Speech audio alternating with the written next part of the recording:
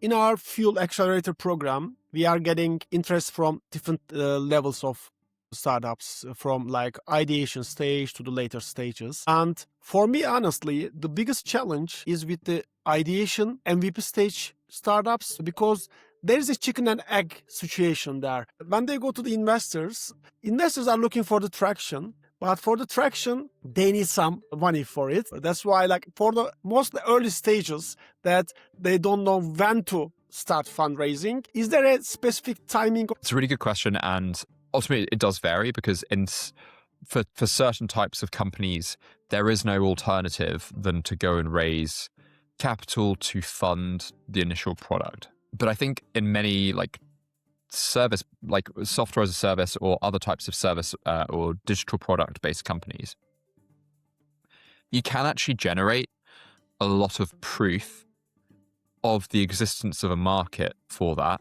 and how much people would be potentially willing to pay for it through proxy mechanisms. So it's great having an idea. It's great knowing that you need some capital to build out an MVP.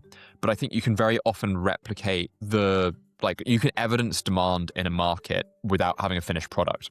A good example, actually, from something that we're doing with a new product that we want to launch into the market, which is product for funds who are raising their next fund. We've got a wait list. We have funds signing up to that wait list to use the product. And that's evidence that there's demand for that product. Essentially, we've given a description of what the product will do. We've said, if you think that will be useful, here's a wait list that means that once we've released the product, you will be notified about it. And that shows intent from that side of the market. On the funds don't pay for that, by the way. We've got another part of the market that does pay for that, and they want data on the funds who are using the product.